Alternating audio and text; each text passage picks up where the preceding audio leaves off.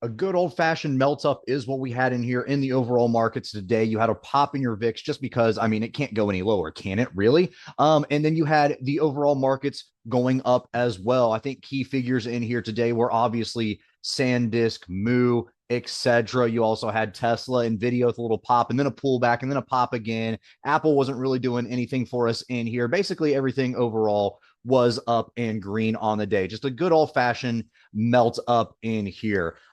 Going forward, what are we looking at? We're looking at SPY right here on the weekly chart. You can see we're above our overall trend line in here. So this might need to be just adjusted as we close out this week and open up the next week, but we're going to wait and see if we can get a nice candle close out of this overall structure before we make any adjustments in here. To the upside, it's all about that 780. Basically, there's some levels in here with the kind of the three charts we're going to look at in here. It's going to be SPY, QQQ, and then Tesla. But the main numbers in here where you had all the volume today is going to be 780 SPY. You're looking at 735 and 740 in your Qs. And then you're also looking at 340 Tesla, right? So those are kind of the main numbers in here where all your volume was today. We're going to see how that changes as we continue through overnight hours, what type of gap ups we may or may not get as we go into tomorrow's expiration. But that's what everybody was loading up on in here today as far as trading wise that goes, right? So volume, not necessarily just loading up and buying those calls or anything like that. It's just really the volume, right? So number of contracts traded in here. So on the weekly chart, obviously 780 is up first. Outside of that, we are going to be looking at nice whole numbers, letting the chart kind of dictate where we are going to end up. We like to, when we're up this high, let's just go by two. So we're going to look at 782, 784, 75 is a nice number, right, as well. And then above there, we're going to go back to our even numbers, 786, 788, and then 780. So that's what we're looking at to the upside. To the downside in here, obviously, it is going to be the 773, which is going to be the resistance here of our overall structure that we just broke out of. Anything below there, we're looking down at that 760 area. We're also going to take a look at QQQ in here. This is obviously when the SPY's up, the Qs are up, but it was lagging there for a while. And you had a much more volatility in here as far as you get about $1 pullback in your SPY. The Q, you'd get about a $3 or $5 move in your SPY off that, right?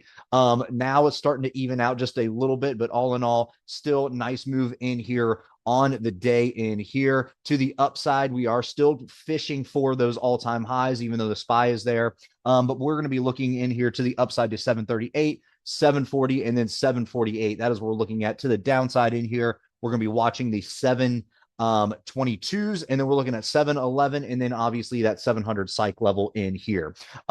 So everybody was saying by the end of month of August, are we going to get a SPY at 800? I think now we're getting closer as far as our expected move goes, since our expected move by the last trading session in August is about $15. So we're close enough to it right now. We could actually reasonably hit 800. I'm not sure if we will or not, but I think that's going to be a huge level for us. So if we get up close to there, look for us to reject it the first time. We might stay up there for just a little bit and then have to have a sharp pullback first before we get a nice run up in there.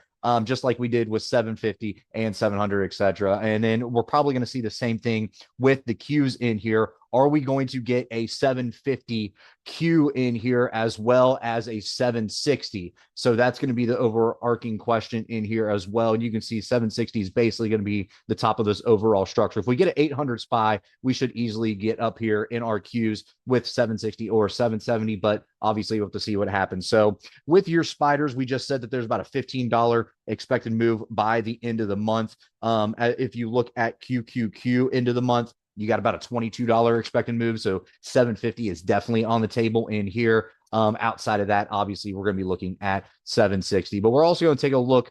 One last chart in here. We're looking at Tesla. Obviously, we just mentioned the main level in here was 340. After hours right now, we are currently above that area.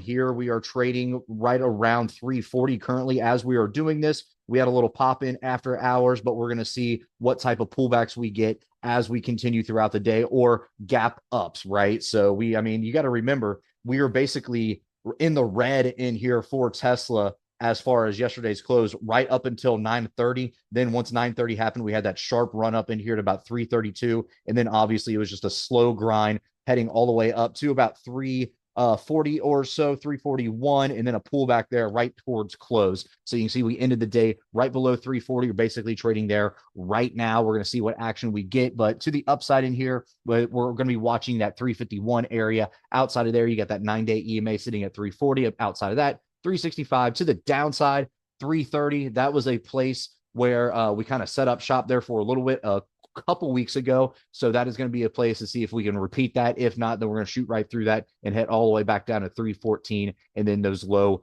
300s again. So as far as your implied volatility goes with your overall Tesla stock in here, you are looking at a relatively low implied volatility. That's just coming off that big crush that we had with earnings. But you still have a $5 expected move being priced in by tomorrow's expiration. Outside of there, you're going to be looking at about $8 by Monday, and then next Friday about $14. So we're going to see what happens overall in the SPY, in the Q, and in Tesla, and we're going to see what happens as we continue throughout the rest of the week in here. And then next week, it's all going to be focused and all going to be pointing towards that August monthly expiration. That's going to be the big expiration for us in here. Let's see what happens as we continue throughout the month of August. All right, guys, if you like this video, make sure to check us out on all of our social media. We also have a Discord service if you are interested, and you can find all of our socials in the description below.